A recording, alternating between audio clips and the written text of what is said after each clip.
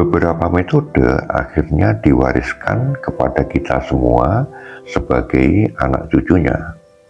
Nah, kira-kira apa saja yang dilakukan oleh leluhur kita dulu dalam menghadapi stres itu sendiri? Dan apakah itu masih sangat relevan di zaman yang modern seperti sekarang ini?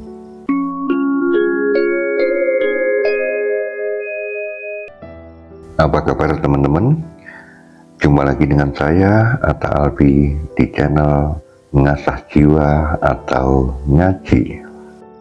Teman-teman, kali ini kita akan sama-sama bahas tentang beban pikir yang timbulkan gundah hati dan kadang bikin kepala pusing serta dada jadi sesak.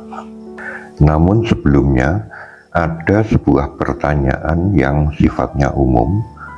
Pernahkah teman-teman merasa seakan hidup ini bebannya begitu berat, sehingga timbul rasa capek, pikiran penuh, susah tidur, hati gelisah, dan lain sebagainya? Nah, kalau jawabannya iya atau pernah, itulah salah satu bahwa kondisi stres sedang datang menghampiri. Kondisi seperti ini sebenarnya sudah ada atau terjadi mulai zaman dulu sampai sekarang, selama pikiran masih digunakan dan ada kelebihan beban muatan. Leluhur Jawa kita dulu juga ada yang menemui hal yang sama, namun mereka sudah berhasil menemukan cara untuk mengatasinya. Beberapa metode akhirnya diwariskan kepada kita semua sebagai anak cucunya. Nah, kira-kira apa saja yang dilakukan oleh leluhur kita dulu dalam menghadapi stres itu sendiri? Dan apakah itu masih sangat relevan di zaman yang modern seperti sekarang ini? Baik teman-teman, silahkan disimak beberapa poin tahapan yang biasanya mereka lakukan untuk mengatasi stres tersebut. Yang pertama, bersikap nompo, artinya menerima. Leluhur Jawa percaya bahwa hidup itu harus dimulai dari sikap nerimo, artinya menerima. Dalam filosofi Jawa, ini dikenal dengan ungkapan nerimo ing pandung, yang maknanya menerima apa yang menjadi bagian dari hidup kita, apapun itu bentuknya.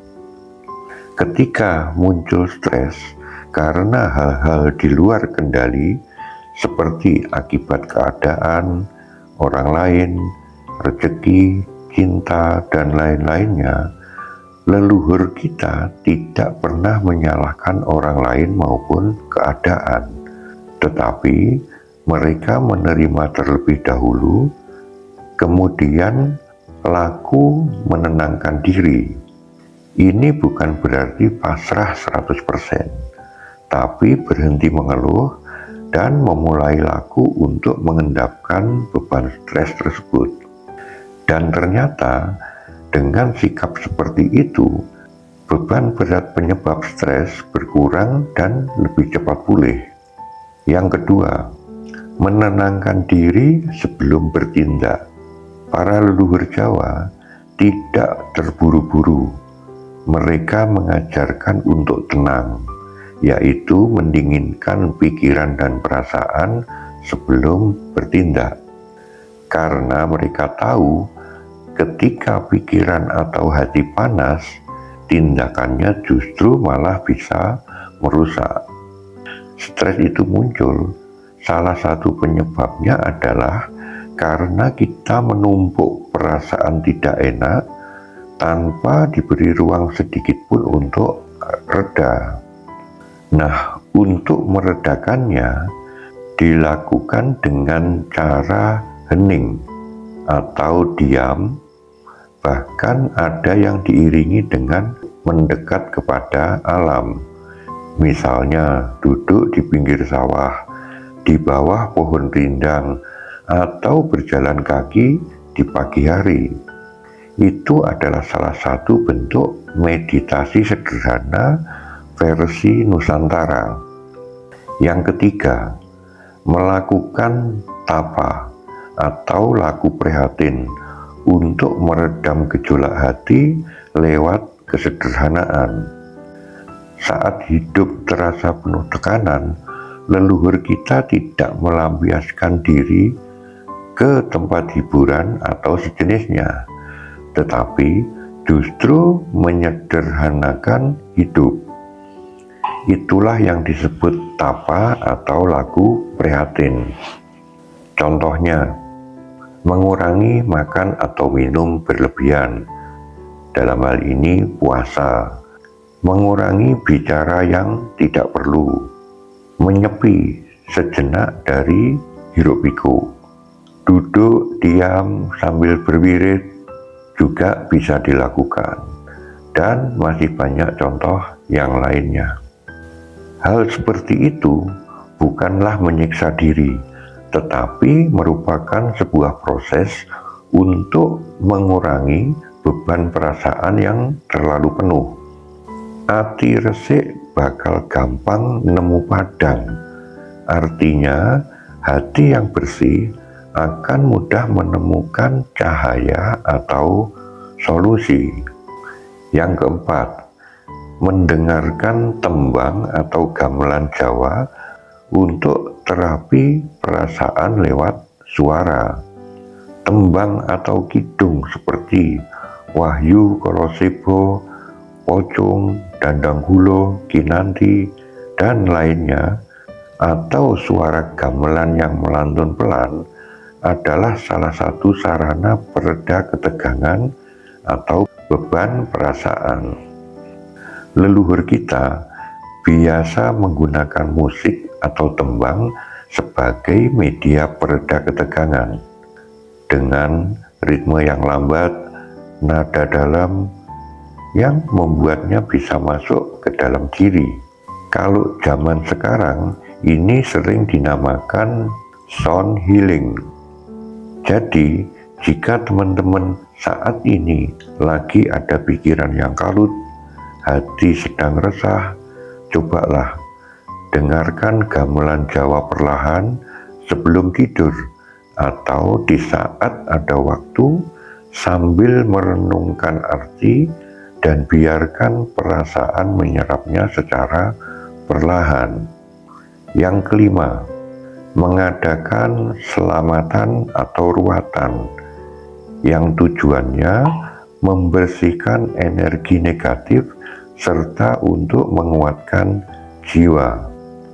Dalam budaya Jawa, ketika seseorang mengalami tekanan mental berat, tidak jarang diadakan selamatan atau doa bersama untuk keselamatan juga ketenangan, atau bisa juga dengan ruatan, yaitu ritual membuang energi negatif yang dimaknai pembawa sial. Mungkin bisa jadi hal seperti ini dianggap kuno, tapi sebenarnya punya fungsi psikologis dan sosial yang dalam. Di antaranya, meredakan kecemasan, membangun rasa aman bersama keluarga dan juga tetangga, menguatkan sugesti positif. Atau mungkin bisa juga hal itu digantikan dengan cara lain, misalnya pengajian keluarga, zikir bersama, atau sharing circle dengan orang-orang terdekat. Yang keenam, menjalani filosofi melu banyu, artinya mengalir saja seperti air, tetapi tetap dalam kesadaran. Salah satu filosofi Jawa yang lain menyatakan, urip iku melu koyok banyu. Hidup itu seperti air, mengalir, lentur, dan menyesuaikan. Ini bukan berarti pasrah mutlak, tapi sikap tidak memaksa arah atau kehendak. Orang yang terlalu kaku, terlalu banyak menuntut, justru akan lebih gampang mengalami stres. Sebaliknya, orang yang bisa mengalir akan lebih tenang, lebih fleksibel, dan akhirnya sampai ke tujuan juga. Air itu lembut, tapi bisa melubangi batu yang keras. Jadi, kalau hidup terasa berat, coba lunakkan hati dan ikuti alur sambil tetap waspada. Yang ketujuh, melakukan meditasi untuk komunikasi dengan Gusti atau Tuhan Yang Maha Kuasa. Hal yang paling utama adalah leluhur Jawa selalu melibatkan Gusti Allah atau Tuhan dalam setiap langkah di kehidupannya.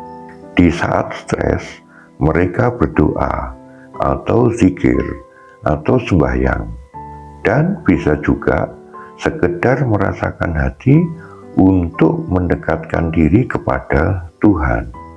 Mereka percaya kesedihan bisa diredakan lewat doa atau lagu tirakat, karena Gusti Allah atau Tuhan iku ora sare, artinya Dia bisa mendengar dan juga melihat. Memang tidak semua masalah itu bisa terselesaikan dengan cepat, tetapi semua masalah akan terasa lebih ringan kalau hati kita bisa bersandar kepada Yang Maha Lembut serta Maha Besar. Nah, bagaimana relevansinya dengan sekarang ini, artinya di zaman modern? Di saat ini yang semuanya serba cepat dan serba ketat, banyak yang merasa capek mental, tapi tidak tahu harus bagaimana mengatasinya. Padahal, kalau kita mau melihat dan mau pelajari kembali warisan budaya kita sendiri, kita punya cara alami, cara yang sederhana dalam meredakan stres, seperti menepi atau menyendiri sebentar, meredakan pikiran dan mendengarkan hati, berzikir secara khusyuk, atau mendekat kepada alam, pergi ke tepi sungai, ke gunung, atau ke sawah, dan tempat-tempat lain yang menyejukkan. Teman-teman semua, leluhur kita dulu hidupnya sederhana, tetapi hati mereka itu kuat dan jiwa mereka itu lapang. Mereka mengajarkan kepada kita bahwa ketenangan itu tidak dibeli, tetapi bisa dilatih. Bukan di luar sana, tapi di dalam diri kita sendiri. Ketika stres datang, janganlah panik. Ingatlah pepatah, ojo kagetan, ojo dumeh, ojo gumunan. Maknanya, jangan mudah terkejut, jangan sombong atau terlalu heran. Tetap bersikap tenang, tapi tetap eling atau ingat kepada Sang Maha Pencipta. Dengan sikap yang tenang, pikiran akan bisa jadi jernih, hati bisa menjadi ringan, akhirnya akan lebih mudah untuk menemukan solusinya. Nah, teman-teman semua, semoga warisan leluhur ini bisa menjadi sarana penawar batin untuk kita semua dan juga menjadi jembatan kembali pada jati diri kita sebagai manusia yang halus budi juga luhur rasa. Saya akhiri paparan kali ini. Esok kita jumpa lagi, tentunya dengan topik filosofi atau budaya Jawa yang lebih menarik. Terima kasih, salam berkah selalu.